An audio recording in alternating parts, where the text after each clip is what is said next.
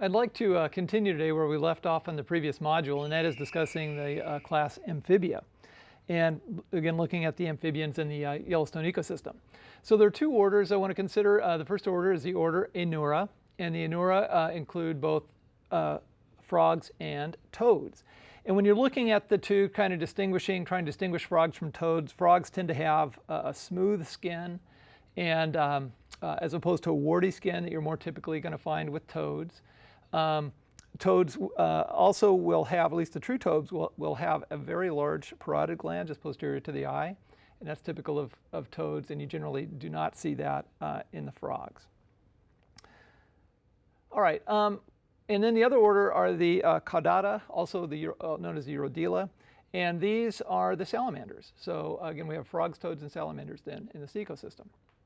So first, looking at the order Anura, we have several species here, but again, relatively few species of amphibians, one being the northern leopard frog. Now, the northern leopard frog is a highly endangered frog, and in fact, in most species lists that I'm seeing now, really this is left off of the species list for the Greater Yellowstone ecosystem. So it is possible that they are now extinct in that ecosystem. They're certainly very rare. I've been going up there for a very long time. I've never seen a northern leopard frog. So again, there may be some in some parts of the ecosystem, but probably rare. And like I said, in some of the lists I'm seeing now, they're being left off. But a pretty beautiful frog if you do happen to encounter it. The one that is fairly common up there is the Columbia spotted frog. So this is really the most common frog, at least I've seen in the ecosystem. It also has spots, but the spots are more irregular in shape. Here's another look at them, and on the leg you can get a better look at the idea of the spots, where the northern leopard frog has kind of oval to round spots, sometimes with a margin around that. These spots are lighter, the coloration isn't quite as green, and more irregular types of spotting. But this is kind of a medium-sized frog, maybe the body length about 4 inches or so. Another frog that we find up there is the boreal chorus frog. And this is a very small frog. You tend to hear them more than see them, but we do find them in the ecosystem about 1 to 2 inches, maybe really less than 2 inches in terms of the body length of these guys. And last but not least, the boreal toad. And so boreal toad then is the only toad in the ecosystem. All right, and then among the caudates, among the salamanders, there's just one salamander that we find in the ecosystem, which is the blotched tiger salamander. Salamanders tend to live from part of the year under logs and that kind of thing, and they're predators. And then at certain times of the year, they will migrate to water and then mate and lay their eggs. And reportedly, you'll see pretty big migrations of salamanders at certain times of the year. They'll be moving across roads. But to be honest with you, again, I've been going up there a long time. I've never really seen a salamander up there. I've never really looked for salamanders by turning over logs and so on. But in terms of just encountering them casually, I've never seen one. So again, relatively few amphibians in that ecosystem. So the next class I want to look at then are the reptilians. And also in terms of diversity, relatively little diversity in the reptilia, but we'll get to that in a second. Now, when we contrast reptilia to amphibians and look at characteristics of reptilia, in an evolutionary sense, the reptilia are fully adapted for life on land, whereas the amphibia still needed water for reproduction. They need water for their metamorphosis. The eggs must develop in water. All of that changes with the evolution of the reptiles. And so the reptiles are fully adapted for life on land and then radiated in the fossil record and did extremely well on land. So some of these characteristics that we see for adaptations on land include a keratinized skin. So a fully keratinized skin, so the skin is not used as an organ of gas exchange the way it is in the amphibia. And this keratinized skin then would form the scales, or does form the scales of reptilia, so it really functions as an exoskeleton. And again, the texture of keratin is kind of like your fingernails, because we also have a keratinized skin. So that adaptation is important for life on land because it helps basically seal in water. Keratin is not very water permeable, so it prevents casual water loss through the skin. And serves as an exoskeleton, so it has kind of a dual function there.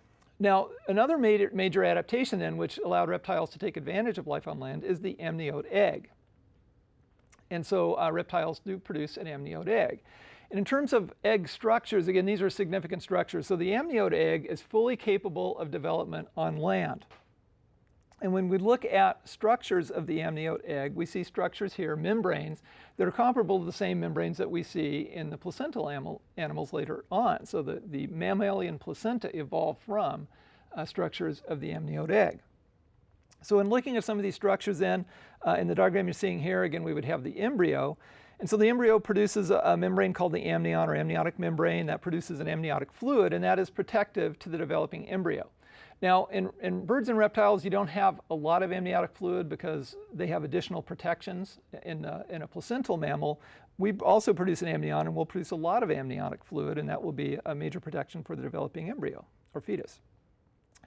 In addition to that, there will be a membrane that grows around the yolk sac. The yolk, of course, is produced by the mother, and the yolk is really what has the nutrients. That's where the food is for the developing embryo.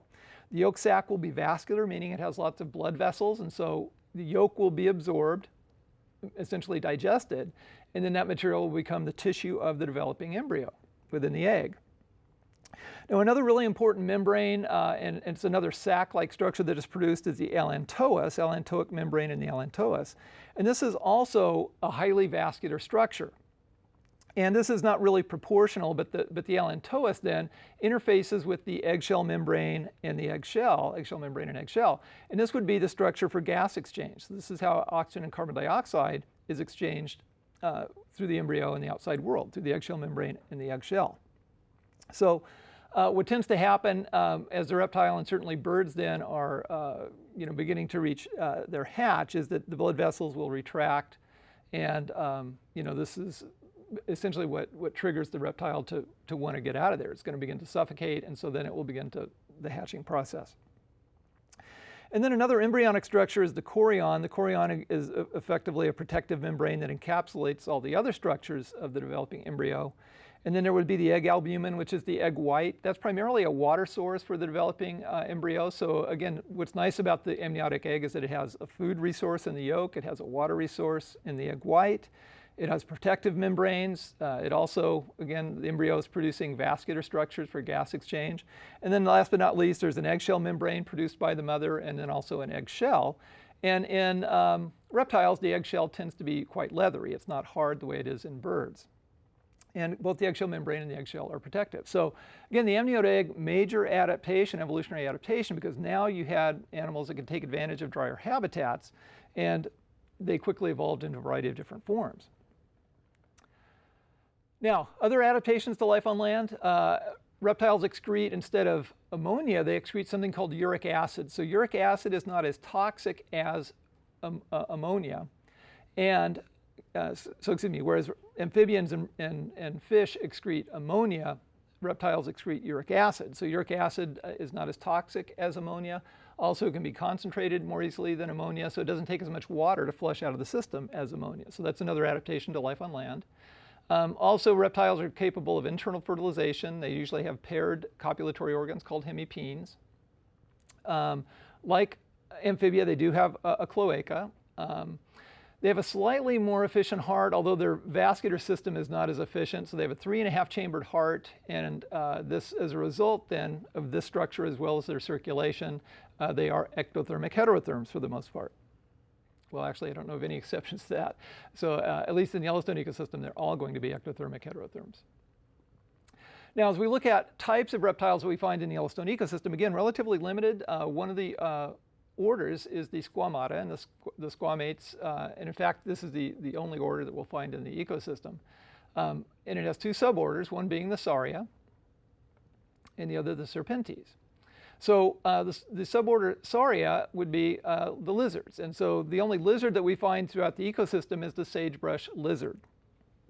And here's a look at the sagebrush lizard. So it's a pretty common lizard peripherally to the ecosystem, but again, this is one that I really, I'm not sure I've ever seen it in either of the national parks, although reportedly they are found in the national parks. But they would be at some of the lower elevations in some of the warmer areas of the parks. But certainly as you move out into the edge of the ecosystem, into some of the plains areas, sagebrush areas, you will encounter these lizards. But actually in the two parks themselves, I'm not sure that I've ever seen one of these lizards. And I think that's one of the things that is interesting about the ecosystem is how infrequent reptiles are, because you'll see all of these rocks and so on, and if you are accustomed to going to desert areas like I am, or chaparral like we live in here, in Southern California, there are tons of lizards. You're used to seeing lizards everywhere. And it's very interesting to be in rocky environments like you find in the Yellowstone ecosystem and just not see any lizards. So anyway, so it's fairly rare up there, in my view anyway. And then our other suborder then would be the Serpentes, which are the snakes. And there are a few more species, obviously, of snakes here. And so certainly we have two varieties of garter snake, the valley garter snake. Valley garter snake has basically a dark black coloration with three dorsal stripes that are pretty yellow, fairly bright yellow. There's another variety of the garter snake also that we find up there, the wandering garter snake, which is much more drab in color. It's kind of a grayish color, actually, even kind of a grayish green, and it has much more drab stripes as well. And to be honest with you, these are the only snakes in my 30 years that I've ever seen within the two national parks in the Yellowstone ecosystem. So garter snakes are fairly common. You'll find them around aquatic environments. And they are also kind of interesting because if you do handle a garter snake, I don't know if you've ever handled one, but they have some kind of musk glands or glands associated with the cloaca that are very smelly. They just produce a kind of a noxious odor, and that's to help them get away from predators. So anyway, but those are the only snakes that I personally have seen in the Yellowstone ecosystem. However, reportedly, there are other snakes, which include the bull snake, which is a variety of garter snake, and also the rubber boa, which would really be interesting to see. I've seen boas in other parts of the country, but not there. And then the prairie rattlesnake. And again, I've never seen one in either of the national parks. And I know a lot of people who work up there over the years, and they've never seen a rattlesnake in the ecosystem. But reportedly, the rattlers are most common up here near Gardner, kind of in the northwest corner of the park. But again, as you get out into some of the margins of the ecosystem, I'm certain you could and would encounter rattlesnakes in that area. Now, one of the problems for reptiles that I want to mention, and the reason that there are so few reptiles, is really it's just so cold up there. And so the reptile species that you tend to encounter, like the garter snake, one of the ways that they manage to get through the winter is that they will aggregate. They form basically snake balls, if you will. They aggregate together, their temperature drops, they go through a type of hibernation that's known as brumation in reptiles. And so their metabolism shrinks way down, but part of the problem is that they need to find a place that's going to be relatively dry, and they will migrate to that area, concentrate, and so that they'll have at least a little bit of shared body heat, and that can help them, to keep from freezing through the winter. So, so that's generally a characteristic of all of these reptiles that we're seeing, or at least all of the snakes that we're seeing in this ecosystem.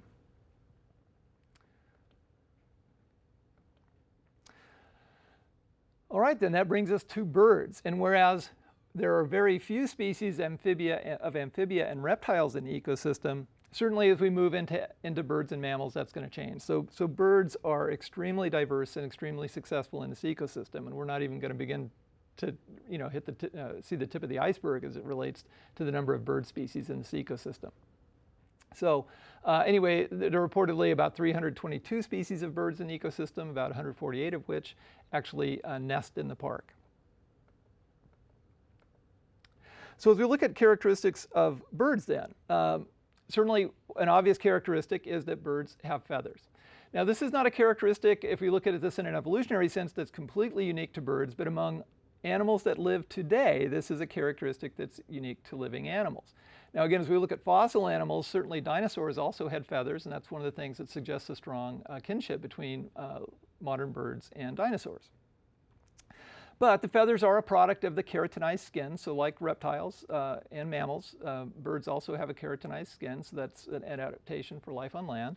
Birds also have an amniote egg. The egg shell tends to be much harder, calcified, compared to reptile eggs. Now, birds have a four-chambered heart, a very efficient type of heart. And so what this does is allow them to meet those criteria that we talked about to be endothermic. And so birds are endothermic homeotherms because they can deliver a large volume of blood under very high pressure and under very high oxygen content to the tissues. Now, as we look at some of the skeletal characteristics of birds, one of the interesting characteristics of living birds, modern birds, and certainly all the birds that we're going to see in the Yellowstone ecosystem, is that they have what we call a keeled sternum. And so as you look at this skeleton that we have here of the of a bird. I think this is a pigeon skeleton. When I say a keeled skeleton, sternum, the sternum is the chest bone. And so you can see that their sternum is actually very flat and it protrudes outward. And what that does is that becomes a tremendous surface area for attachment of the chest muscles, the pectoral muscles. And so those pectoral muscles are needed for flight. So those muscles need a large attachment site. And so that's what that keeled sternum is for. And then that inserts up on the humerus, the upper arm bone. And then also, I'm not sure how well you can see it on this, but another thing I think I'll point out, which is kind of an interesting adaptation to their skeletal anatomy, is that when you look at the pelvic bones, instead of the pelvic bones meeting anteriorly, the way our pelvic bones do, they don't actually have a closed girdle. They have an opening in front, and so that's an adaptation to let the egg fit through the pelvic area. So again, those are a couple of adaptations that are very unique to birds, at least among living animals. Now, flight, as we can see, requires certain skeletal adaptations, but it also requires a very efficient respiratory system, a very efficient lung and a very efficient respiratory system, because flight requires tremendous amounts of oxygen. So I know that we like to think that mammals, and particularly humans, are the best of everything out there in the world, but when it comes to the respiratory system, birds by far have the most efficient respiratory system in nature. And so if we look at how air flows through the bird respiratory system, in addition to lungs, they also have air sacs. And these air sacs can be found under the skin. They also protrude down into the bones in some cases. And as you may know, this is another skeletal adaptation of birds, is that they do have, at least many of their bones are hollow. So they're actually air-filled. This helps reduce weight, and that's another adaptation for flight. So as we look at the pathway of air then, in a bird, then air comes from the outside. It will first go into these posterior air sacs, which again would be in the lower part of the bird. Then the air will move through the lungs into anterior air sacs, which would be up in the chest area, and then finally back into the trachea, into the outside world. So this is an important adaptation. It's different than the way that we breathe. When we breathe, our air is basically a two-beat system. Air goes into our lungs, it goes out of the lungs, and it has to retrace its steps. Here, there's very little retracing of steps. So air comes in from the outside to posterior air sacs, to lungs, to anterior air sacs, and then to the outside. So it's basically a four-breath system to get the air completely in and completely out, whereas for us, it's a two-beat system, if you will. Now, what that allows them to do, though, is to be very efficient in terms of oxygen extraction from their blood. So the key is in the lungs. Whereas in our lungs, air will go in and out, retracing its steps. Because they have these posterior and anterior air sacs, they can run the air in one direction through the lungs. And as they do that, then they can run air in one direction, and they run blood in the opposite direction. And because the blood is running in the opposite direction, that means that they can extract almost all of the oxygen out of the blood and move it into out of the air and move that into the bloodstream. So they can get almost 100% extraction of oxygen out of the air into the bloodstream. You and I, even if we hold our breath, we're lucky to come anywhere near that. We're lucky to get a fraction of the oxygen out of the air into the bloodstream. So this is really, like I said, kind of an important adaptation. So this concept of running blood and air in opposite directions, this is one of a number of what we call countercurrent mechanisms. This is a very common physiological system when you want to get a lot of extraction of one substance from another. And I think the analogy I would use here is to pose, why is it important to run them in opposite direction? What would the difference be if you ran the air and the blood in the same direction? An analogy I like to use here is, let's say that you have flyers. You want to get rid of a bunch of flyers. And let's say you're in a city like New York City or something like that where there's a lot of foot traffic. So you could, if you had some flyers and you want to get rid of them, you could walk along with the crowd and give people your flyers as you were walking with the crowd. Well, if you were doing that, it wouldn't be long before everybody around you had a flyer. And it's the same idea with oxygen and blood. If oxygen and blood are running in the same direction, oxygen would diffuse from the air into the blood, but pretty soon they would be isotonic effectively in terms of oxygen saturation. So oxygen would not continue to move from the air into the bloodstream. Blood would be saturated. Now, if you took your flyers and like I said, you wanted to get rid of them though, if you really wanted to get rid of them, what you'd do is turn around and walk against the flow of traffic. And then every person you encounter would not have a flyer, and you'd be able to get rid of your flyers really fast because as soon as they get a flyer, they're past you and gone. And so again, that's what's going on with this countercurrent mechanism. Oxygen goes from the air into the blood, and then the blood takes that oxygen away, and so now you maintain that concentration gradient, and oxygen keeps moving into the bloodstream. So again, it's a subtle thing, but a really important thing to really load up the oxygen, or excuse me, load up the blood with oxygen so that you can accommodate the energy needed for flight. Okay, birds, like mammals, also excrete uric acid. So again, this is a similarity to reptiles. And also, they have cloacas for the most part. Some birds have a penis for internal fertilization as well, but not all birds do.